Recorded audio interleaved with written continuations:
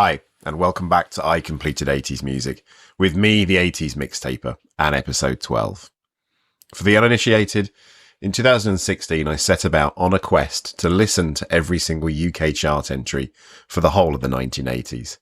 About 3,000 songs later, a bit of lockdown and a touch of COVID, and I'd done it. This podcast is the story of that journey, going from end to end of the decade, and going back and listening to the best songs, the most interesting tunes, and also the downright fun and weird stuff in between. Whether it's Madonna, AC/DC, or Kajagoogoo, we'll be covering it. Now, as always, we can't play the songs themselves on the pod due to copyright laws, so what we've done is create playlists for Apple and Spotify in the episode description. Plus, we've also added the full list of songs in there as well. Each week, we break the chart down into a playlist of 13 songs like you'd get in an album, and in the first half of the episode we cover the first 7, and in the second half of the episode we cover the latter 6 songs. Before we get into the episode proper, as you know, if you've listened before, we love reader feedback and comments, and something strange happened in this regard last week.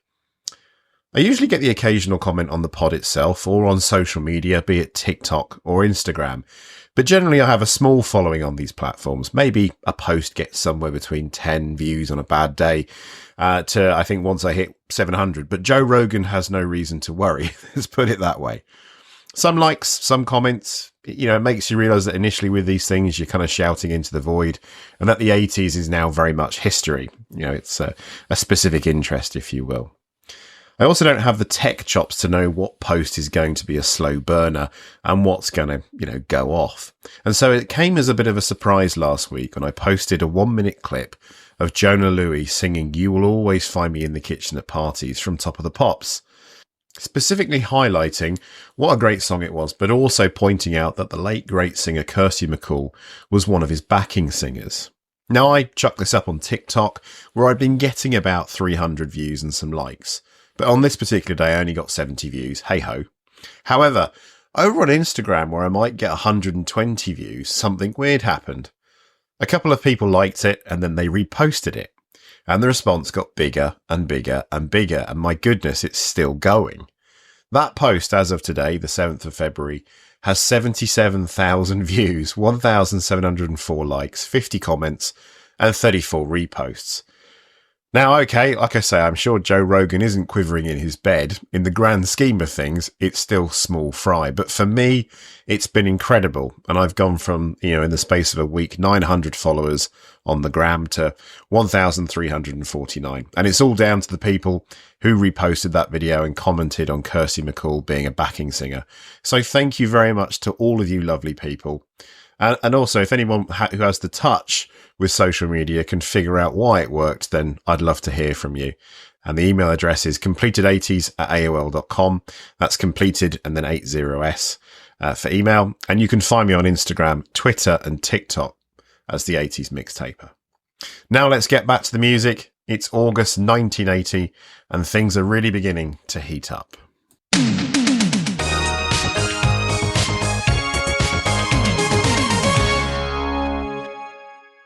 So folks, gather round as we dive into the infectious rhythms and quirky charm of the Piranhas' 1980 hit single, Tom Hark. This ska-infused track not only climbed the UK charts, but also left an indelible mark on British pop culture and football culture. So let's set the stage and explore the origins, rise, and enduring legacy of this tune. This is track 1, playlist 12.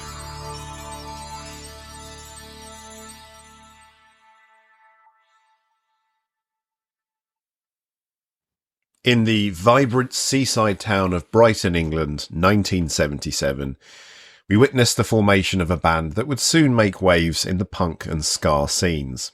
The Piranhas emerged with a lineup featuring boring Bob Grover on guitar, vocals and trumpet, Johnny Helmer on guitar and vocals, Reginald Frederick Hornsberry handling the bass, Dick Slexia, real name Rich Dadland, on drums, and Zootalaws, or Phil Collis, adding a distinctive flair with the saxophone. Initially, the Piranhas were a staple of the local Brighton punk circuit. Their energetic performances and sardonic wit quickly garnered attention, leading to airplay on BBC Radio 1's John Peel show. Tracks like I Don't Want My Body resonated with listeners, setting the stage for their breakthrough. But the song that catapulted the Piranhas into the limelight was their rendition of Tom Hark. Originally an instrumental Quailer piece by Elias and his Zigzag Jive Flutes in 1958, Tom Hark had seen various adaptations over the years. The Piranhas version stood out by infusing the track with new lyrics penned by Bob Grover, allegedly scribbled en route to the recording studio. Released on the 2nd of August 1980, Tom Hark became an unexpected hit, reaching number 6 on the UK singles chart and staying in the charts until mid-October. The track's upbeat tempo and catchy melody made it a favourite among listeners, and it holds the distinction of being the first song performed on BBC Television's Top of the Pops when the show returned after a 9-week hiatus due to industrial action. In a memorable performance, drummer Dyslexia mimed using plastic fish as drumsticks, encapsulating the band's playful spirit. The Piranhas' Tom Hark opens with the lines, "The whole thing's daft, I don't know why. You have to laugh or else you cry." These lyrics, coupled with the song's lively arrangement, offered a satirical take on the absurdities of life, resonating with a generation seeking both escapism and commentary. Beyond its chart success, Tom Hark found a lasting place in British football culture. The tune became a popular chant among football fans, often heard echoing through stadiums. It's also become a staple at limited overs cricket matches, played to celebrate boundaries. In 2005, the song was adapted by Seagull Ska to support Brighton and Hove Albion's FC's campaign for a new stadium, further cementing its association with sport and community spirit. Following the success of Tom Hark, the Piranhas continued to release music, including their take on Lou Bush's Zambezi, which reached number 17 on the UK singles chart in 1982. However, the band eventually disbanded, with members pursuing various paths. Johnny Helmer transitioned to songwriting, notably contributing lyrics for Marillion during their Steve Hogarth era. He also ventured into literature, publishing the novel Mother Tongue in 1999. Drummer Dyslexia, born Richard Adland, passed away from lung cancer in 2018. More recently, the music world bid farewell to frontman Bob Grover, who died on December the 24th, 2024. Decades after its release, Tom Hark still thrives in football stadiums, pub jukeboxes, and the odd nostalgic radio playlist. While the Piranhas never replicated the success of Tom Hark, the song's irrepressible energy keeps their name alive. Whether played to celebrate a goal or simply enjoyed for its ska-infused bounce, Tom Hark has outlasted its moment in the charts, and as long as there is football and cricket, will continue to do so for the foreseeable future. Next up, we continue a saga we began in the last episode. It's August 1980, and the remnants of punk's initial explosion are fizzling out or mutating into something else entirely. Post-punk, new wave, and a weird hybrid of commercial viability and underground credibility are duking it out on the streets, clubs and record shops of London. And right in the middle of this evolutionary moment, strutting into the spotlight in full war paint and fringe jackets, is Adam Ant. Here's Kings of the Wild Frontier. This is track 2, playlist 12.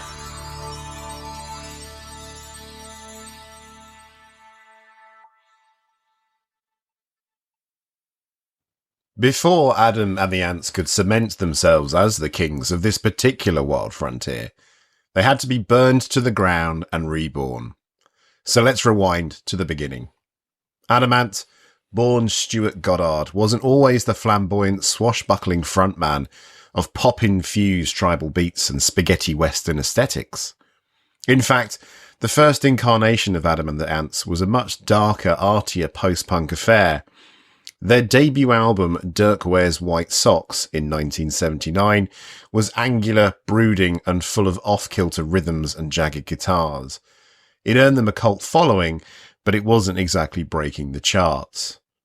And then came Malcolm McLaren. Yes, That Malcolm McLaren, remember him from the last episode, the former manager of the Sex Pistols and perpetual music industry manipulator. After briefly managing Adam and the Ants, McLaren's own creative vision started to bleed into the band, but then created tension between him and Adam. But spotting an opportunity, McLaren staged a coup and convinced Adam's entire band, drummer Dave Barbarossa, guitarist Matthew Ashman, and bassist Lee Gorman, to jump ship and form a new band under his guidance. That band, Bow Wow Wow. Imagine it, you've built up a new band, carved out your sound, played the gigs, started generating real buzz, only for some industry puppet master to swoop in, whisper in your bandmates' ears, and leave you standing alone. We all know how difficult it is to start again. Lesser musicians would have folded. Adam Ant, he did the exact opposite. Adam Ant wasn't just looking to rebuild, he was looking to dominate. He recruited guitarist and co-songwriter Marco Perroni, a crucial addition who played in punk bands like Susie and the Banshees and the Models. Together, they plotted something bigger, bolder, and more commercially explosive than before. They added bassist Kevin Mooney and drummers Terry Lee Meow and Chris Merrick Hughes. Not one drummer, two. And that's the key. Adam and the Ants' new sound was all about rhythm, massive, pounding, Burundi-style tribal drumming that sounded like an army marching into battle. This wasn't just another punk band. This was something cinematic, something mythological, something that had its own universe. The album Kings of the Wild Frontier dropped in November 1980, but it was the title track that really made people sit up and take notice. Released as a single in July of that year, Kings of the Wild Frontier was an anthem of pure, unbridled swagger. Those pounding drums, that Morricone-inspired twangy guitar line, Adam's vocals yelping and rallying the troops. A new royal family, a wild nobility, we are the family. What did it mean? Who cares? It sounded enormous. It felt like a call to arms. Adam Ant was positioning himself as the leader of something new, a band of misfits, outcasts, and revolutionaries with war paint streaked across their faces and pirate boots stomping to the beat. And it worked. Kings of the Wild Frontier was a statement of intent, a reinvention of Adam Ant from cult figure to mainstream pop phenomenon, and he is arguably the first true pop star born purely from the 80s. The album shot to number 1 on the UK albums chart. The single itself failed to break the top 40 in its original run, but was re-released in February 1981 and climbed to number 2, only kept off the top spot by Roxy Music's Jealous Guy. Adam and the Ants was suddenly the biggest thing in Britain. They had the music, the look, the energy, and crucially, the accessibility that punk had often lacked. This was a band that took the energy of punk, but stripped away its nihilism. Instead of sneering at the world, Adam and the Ants invited you into theirs. It was about inclusion, about fun, about self-made mythology, where you could be as ridiculous and as theatrical as you wanted, and people ate it up. In retrospect, Kings of the Wild Frontier is one of the most important transitional records of the post-punk era. It bridged the gap between punk's new raw aggression and new wave's polished theatrics. You can hear its DNA in artists as diverse as Blur, Nine Inch Nails, and even early Red Hot Chili Peppers. The sheer audacity of that double drummer setup would go on to influence bands like Arcade Fire decades later. And as for Adam Ant himself, he became a full-fledged pop star. By 1981, he and his band were dominating the UK charts with Stand and Deliver and Prince Charming, both hitting number 1. Songs we will definitely hear on this pod. But the Wild Frontier is, by definition, an untamed place, and internal conflicts, commercial pressures, and eventual burnout led to the band's split in 1982. Adam Ant carried on solo, still finding success, though never quite on the scale of those glory years, but we're not there yet. Looking back, Kings of the Wild Frontier is one of those rare songs that encapsulates everything about the time and place it was born into, while still sounding fresh today. It's punk, but it's also pop. It's weird, but it's also catchy. It's built on borrowed aesthetics, Western movies, tribal rhythms, glam rock, but arranged in a way that no one else was doing at the time. It's a battle cry, a mission statement, and a reinvention all wrapped up in one 3.5-minute track. And more than 40 years later, it still stomps as hard as ever. For track 3 today, we delve into the nostalgic tapestry of British pop music, unearthing a gem that bridged the gap between pre-World War I melodies and the sounds of the 1980s. Today we spotlight Mike Berry's 1980 rendition of The Sunshine of Your Smile, a track that not only climbed the UK charts, but also demonstrated that in 1980 the charts were still there for everyone, young and old.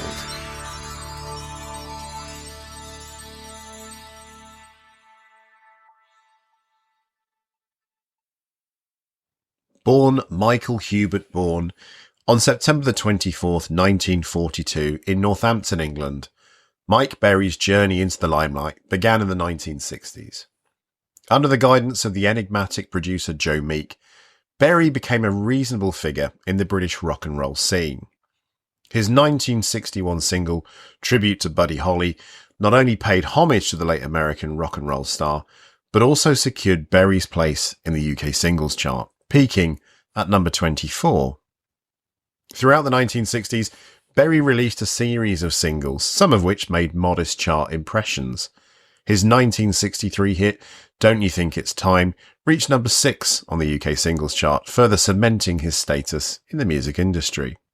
He also worked with the Outlaws, a backing band closely associated with Joe Meek's productions, featuring musicians like Ritchie Blackmore, who had later gained fame with Deep Purple.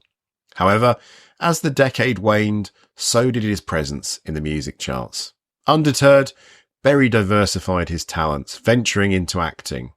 He became a familiar face on British television, most notably portraying Mr. Spooner in the beloved sitcom Are You Being Served, replacing Trevor Bannister's wisecracking character, Mr. Lucas. Back to the song. Originally published in London in 1913, The Sunshine of Your Smile was a creation of lyricist Leonard Cook and composer Lillian Ray. The song's enduring melody and heartfelt lyrics made it a favourite during its time, with various artists recording their versions over the decades. Notably, the song was first recorded by Fred Douglas in 1914, and over the years it saw renditions by artists such as John McCormack and Bent Fabric. This was an era when sentimental ballads flourished, capturing the emotions of a world on the brink of war. Its popularity soared during World War I as soldiers and their loved ones found solace in its gentle melody and affectionate lyrics. It remained a nostalgic piece passed down through generations. Fast forward to 1980, and Mike Berry, perhaps seeking to reconnect with his musical roots, decided to breathe new life into this classic. His rendition struck a chord with the British public, propelling the single to number 9 on the UK singles chart. This achievement marked a significant comeback for Berry, re-establishing him in the contemporary music scene. Berry's decision to cover The Sunshine of Your Smile in 1980 was not an isolated phenomenon. The late 70s and 80s saw a revival of older music, particularly songs that evoked nostalgia. Acts like the Furies, Max Bygraves, and even Elvis's posthumous re-releases found a receptive audience yearning for familiarity amidst the changing musical trends. Berry's single fit perfectly into this cultural wave, offering a sentimental alternative to the punk and new wave movements dominating the airwaves, something which the older generations could buy into again.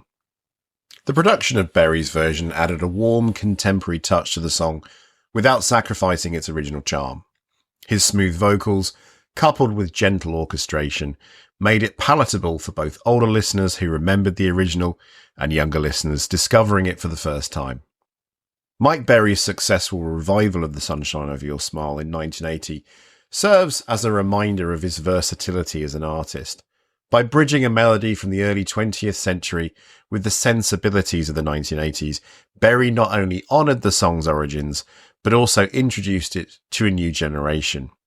In the broader scope of his career, the single stands out as a highlight, marking his return to the music charts after years of focusing on acting. It underscores the cyclical nature of music, where timeless compositions find relevance across different eras. Following this resurgence, Berry continued his dual career in music and television, maintaining a loyal fan base. As we reflect on this fusion of past and present, it's evident that Mike Berry's rendition of The Sunshine of Your Smile is a shining example of how music can transcend time, bringing joy and connection to all listeners, regardless of the decade. And that is the importance of music in our everyday lives. Next up, we delve back into the intricate tapestry of Sweden's finest. Yep, we're back with Abba, after a hiatus of 8 months for Abba's 1980 masterpiece, The Winner Takes It All. Get ready for a raw, emotional chronicle that mirrors the personal turmoils and artistic evolution of one of pop music's most iconic groups. This is track 4.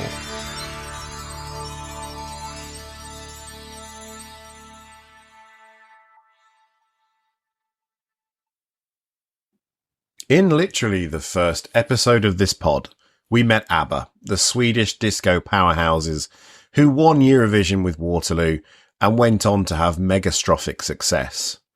And in that first episode, we celebrated Gimme Gimme Gimme, a disco masterpiece, before briefly meeting them again in episode 4 as we completed the last chart of 1979 with I Have a Dream, a saccharine sweet track that radiated hope and optimism. However, behind the scenes, the group's dynamics were shifting. The personal relationships that had once been their foundation were fracturing.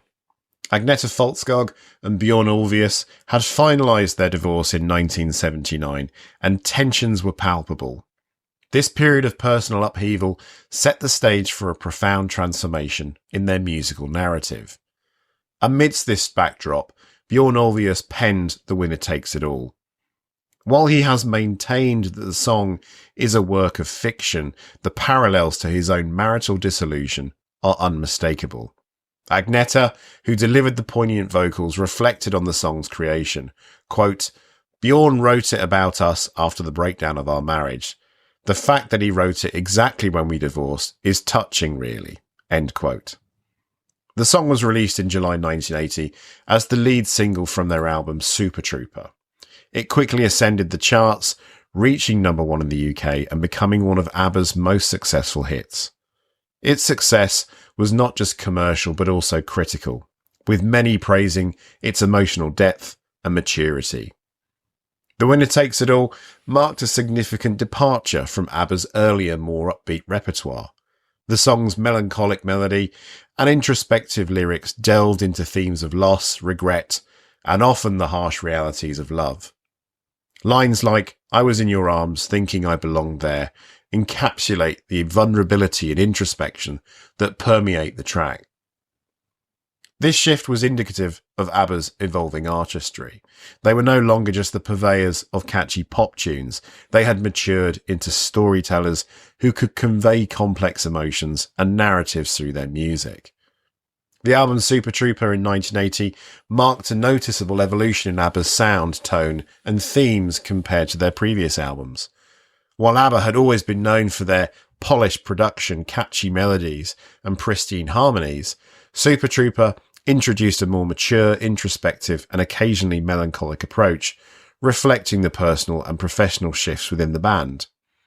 ABBA's earlier albums, particularly Arrival in 1976 and Voulez-Vous in 1979, were dominated by bright, upbeat disco and pop tracks. However, Super Trooper saw the group leaning into deeper emotional themes.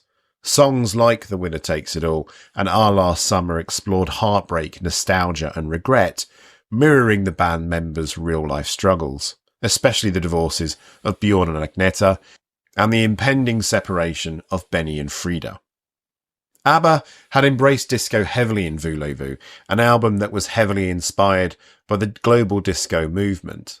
Songs like Gimme Gimme Gimme and Voulez-Vous were directly influenced by the pulsating beats of the club scene.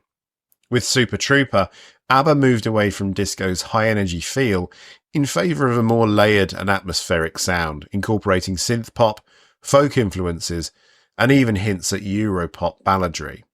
This shift was partly due to the decline of disco by 1980, but also a natural evolution in their songwriting. ABBA's earlier albums often told universal love stories, but Super Trooper included more personal, real-life reflections. Even the title track, Super Trooper, reflected their mixed feelings about touring and fame, with lyrics about performing night after night despite personal hardships. By Super Trooper, ABBA had become one of the most sophisticated recording artists in pop music. Benny and Bjorn, along with their engineer Michael B. Tretow, had refined their approach to multi-tracking and production. This resulted in some of the most intricate and lush arrangements yet.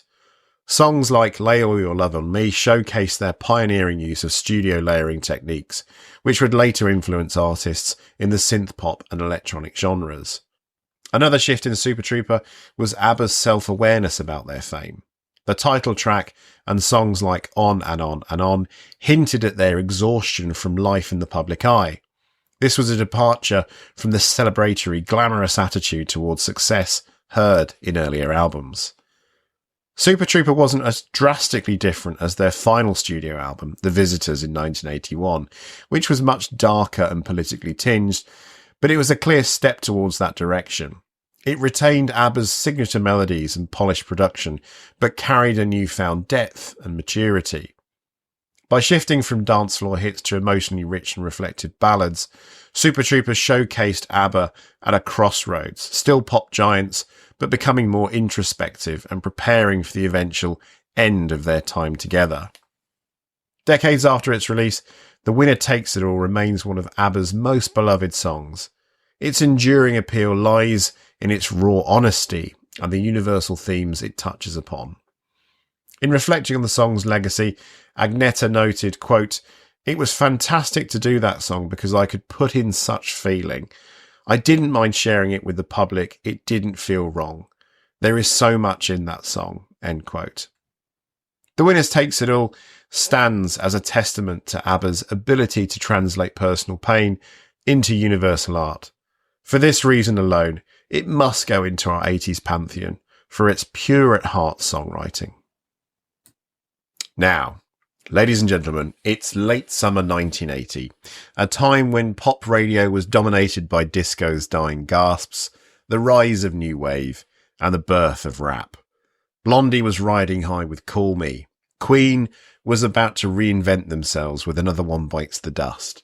Michael Jackson was starting his ascent on global superstardom.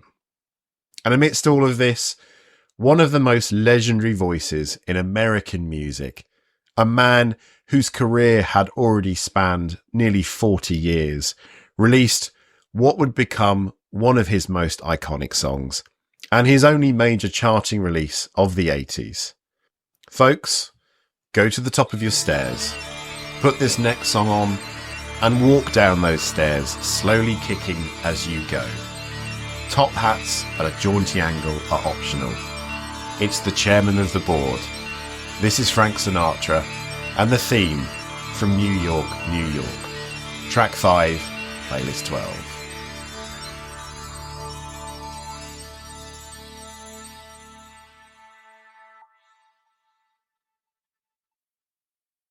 Frank Sinatra, or the swing god himself. I find it hard to believe that we now live in a world where bands like REM, who dominated the charts in the US and UK as recently as the 90s and noughties, are now barely an afterthought. So what does that mean for someone like Frank Sinatra, whose legend stretches even further back? Do Gen Zers have any concept of Frank Sinatra and swing music? Does Frank have enough legend and musical currency to last forever? I sure hope so. And it's to this end we focus on what became his show closer.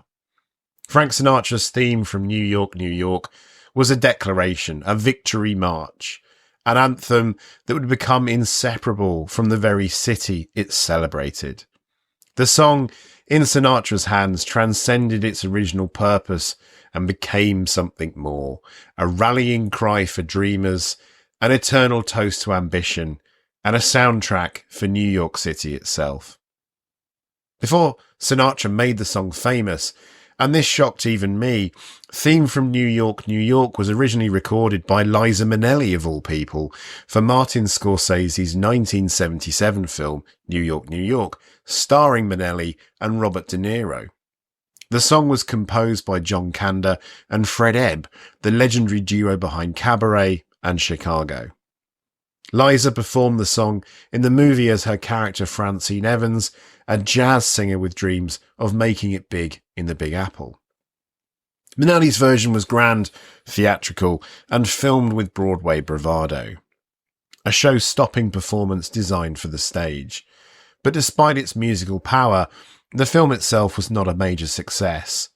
It underperformed at the box office, and as a result, the song didn't immediately gain the status it would later achieve.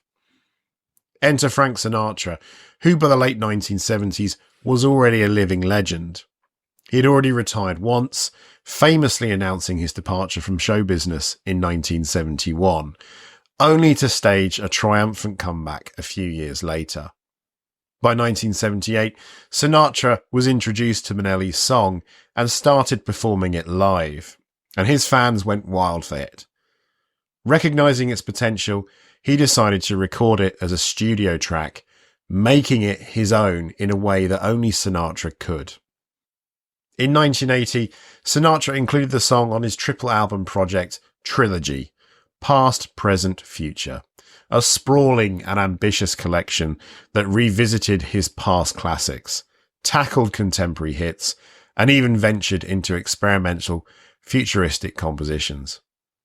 Among all the tracks on the album, Theme from New York, New York stood out as the undeniable showpiece.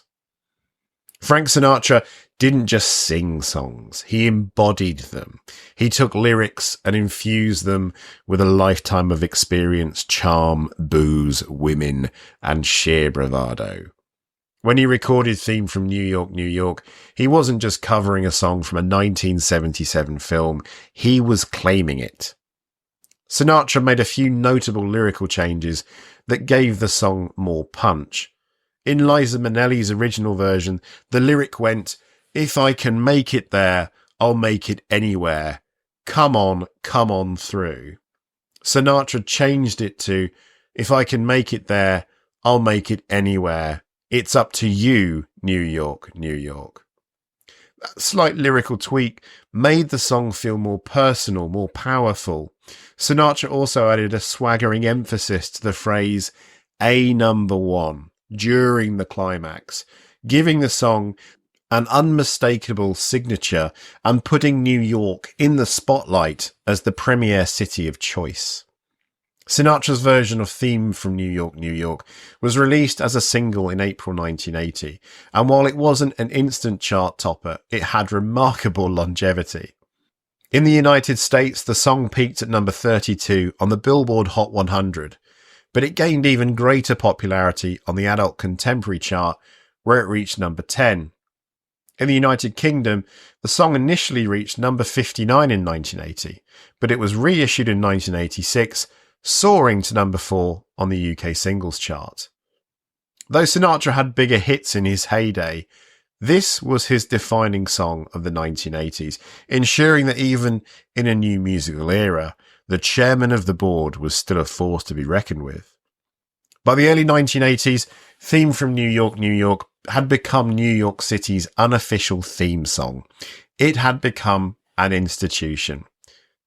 Since July 1980, the New York Yankees have played the song after every home game, with Sinatra's version played after victories and Minnelli's version played after losses, though eventually only Sinatra's version has been used. The song became synonymous with the energy, ambition, and resilience of New York. The New York Rangers, the city's iconic NHL team, also adopted the song, playing it after home victories at Madison Square Garden. It's impossible to attend a major sporting event in New York without hearing it at some point. Beyond sports, the song is played at New Year's Eve celebrations in Times Square, at parades, and at countless weddings, parties, and celebrations. It has been covered by artists ranging from Tony Bennett to Queen Latifah, yet Sinatra's version remains the definitive take. Frank Sinatra passed away on May the 14th, 1998, at the age of 82. In the decades since, his influence has only grown stronger. His voice, his style, his ability to define an era, all of it lives on. And no song captures this timely Sinatra swagger quite like Theme from New York, New York. It's a song about dreaming big, taking risks, and making it happen in the greatest city in the world. It's about reinvention, resilience, and believing in yourself, even when the odds are against you. And that message, just like Sinatra himself, will never go out of style. This is what home run songs are all about, and Sinatra swung for the fence and hit his final grand slam, and that's why it's a top-tier Pantheon entry. Now, let's introduce a man who in time will be singing about uptown girls and the fact that he and others didn't start a fire. This is a story of a certain piano man who in 1980 decided to remind the world that, despite the shifting tides, it's still rock and roll to him. This is Billy Joel and our track 6.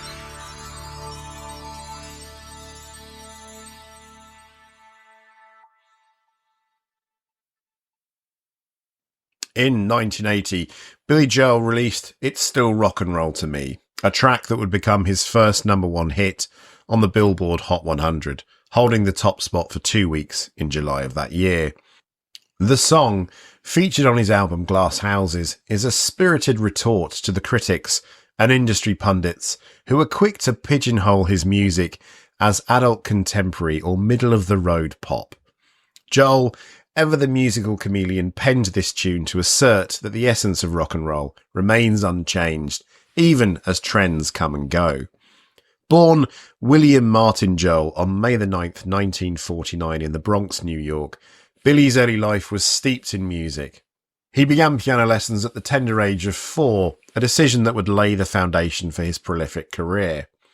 As a teenager, Joel played in various bands, including the Echoes and the Hassles, immersing himself in the vibrant music scene of the 1960s.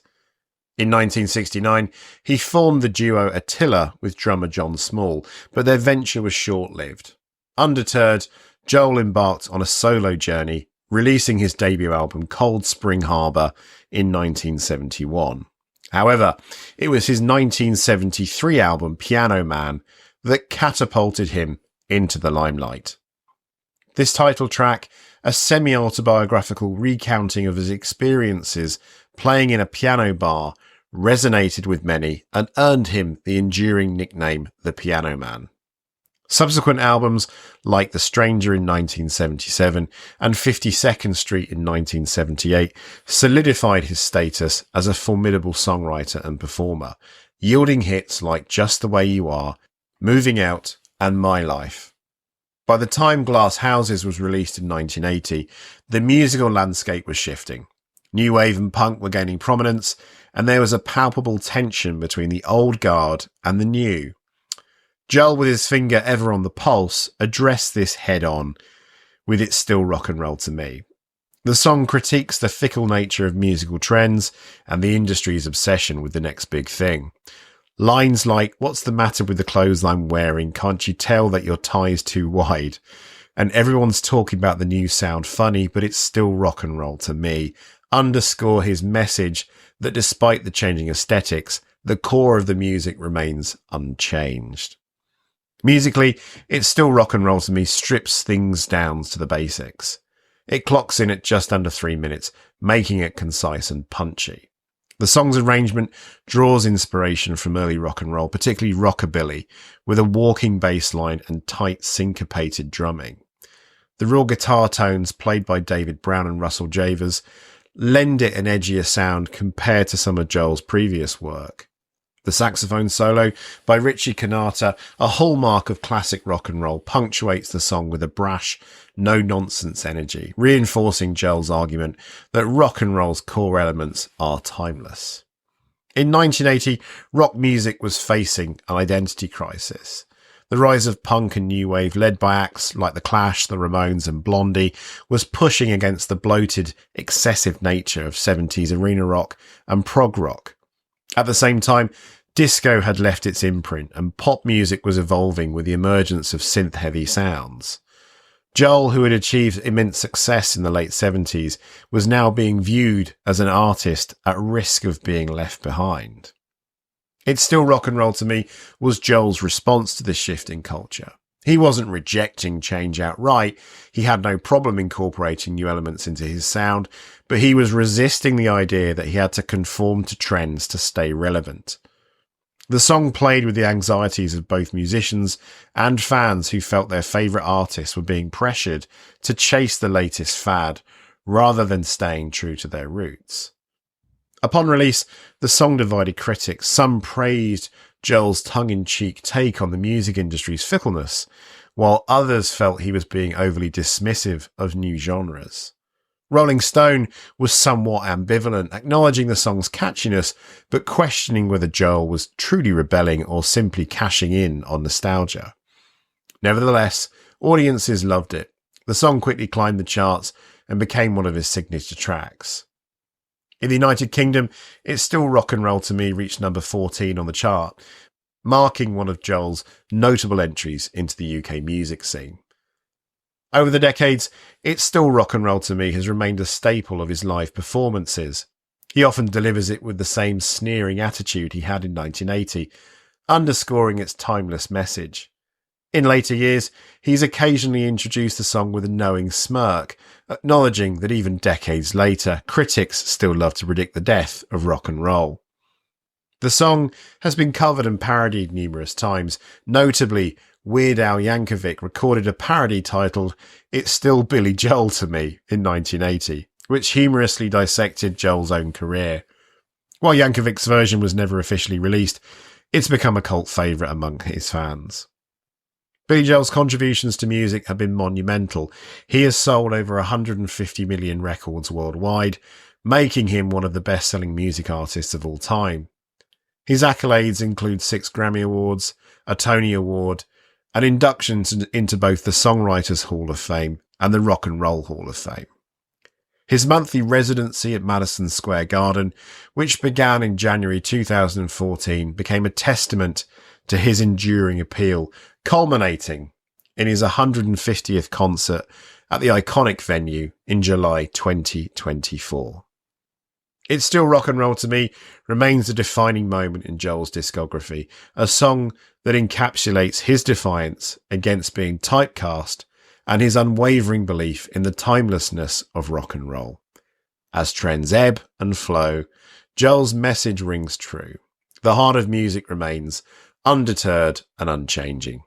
We shall see him again on this pod.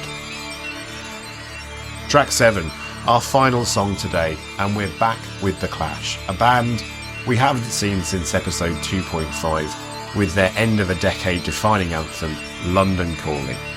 But 6 months later, their sound had evolved, and here is their 1980 single, Bank Robber.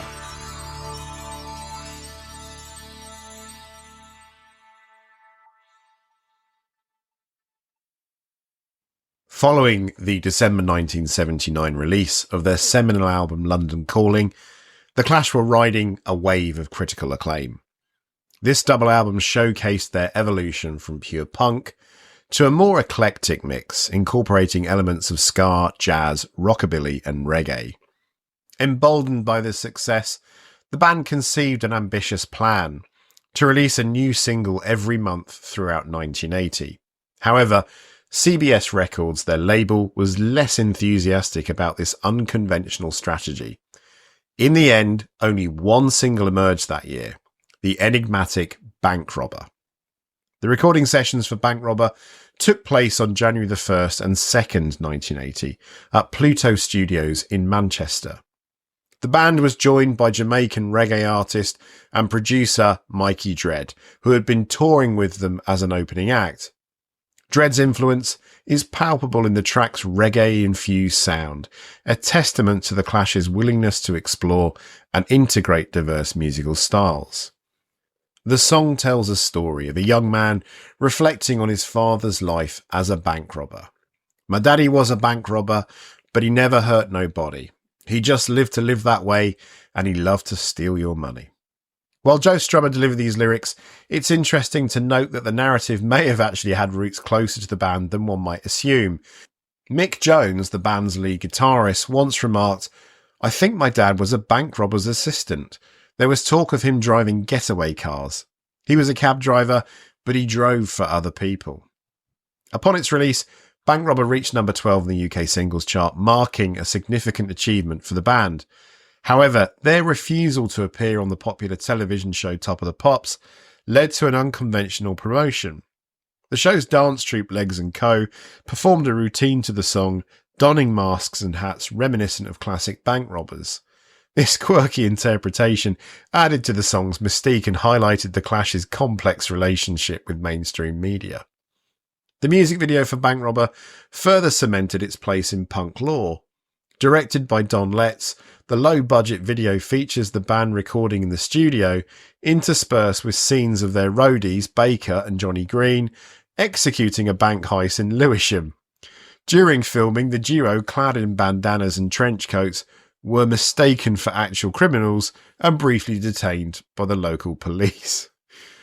Bank Robber also marked the beginning of a fruitful collaboration with Mikey Dread, who would later contribute to the Clash's triple album Sandinista. His production style and reggae sensibilities meshed seamlessly with the band's evolving sound, pushing them into new musical territories. Despite its initial mixed reception, Bank Robber has endured as a testament to the Clash's innovative spirit. Its fusion of punk energy with reggae rhythms challenged genre boundaries and showcased the band's commitment to musical exploration. Over the years, the song has been covered by various artists, including AudioWeb in 1996, a single that I myself went out and bought at the time and whose rendition reached number 19 on the UK singles chart. In retrospect, Bank Robber encapsulates the Clash's journey from punk provocateurs to genre-blending innovators, reflecting their unique ability to tell compelling stories through a diverse musical lens.